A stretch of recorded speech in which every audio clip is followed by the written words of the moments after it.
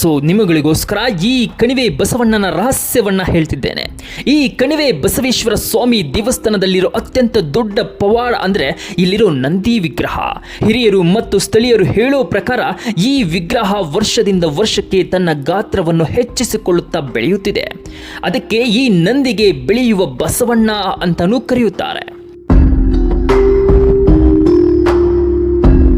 ಮತ್ತೆ ಈ ಬಸವಣ್ಣನ ವಿಗ್ರಹ ಬೆಳೆಯುತ್ತಿರುವುದಕ್ಕೆ ಕಾರಣ ಇಲ್ಲಿರೋ ಜನಗಳು ಹೇಳುವ ಕಥೆಗಳ ಪ್ರಕಾರ ಕಲಿಯುಗದ ಅಂತ್ಯದಲ್ಲಿ ಈ ಬಸವಣ್ಣ ಸಂಪೂರ್ಣವಾಗಿ ಬೆಳೆದು ನಿಂತು ಒಮ್ಮೆ ಜೋರಾಗಿ ಗುಟುರು ಹಾಕುತ್ತಾನಂತೆ.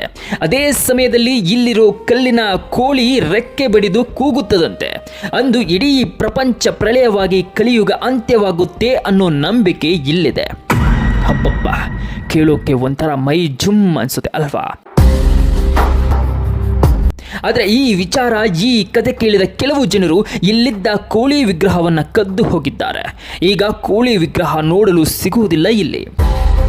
ಈ ನಂದಿ ವಿಗ್ರಹಕ್ಕೆ ಸುಮಾರು ಸಾವಿರಾರು ವರ್ಷಗಳ ಇತಿಹಾಸ ಇದೆ ಎಂದು ಇತಿಹಾಸಕಾರರು ಹೇಳ್ತಾರೆ.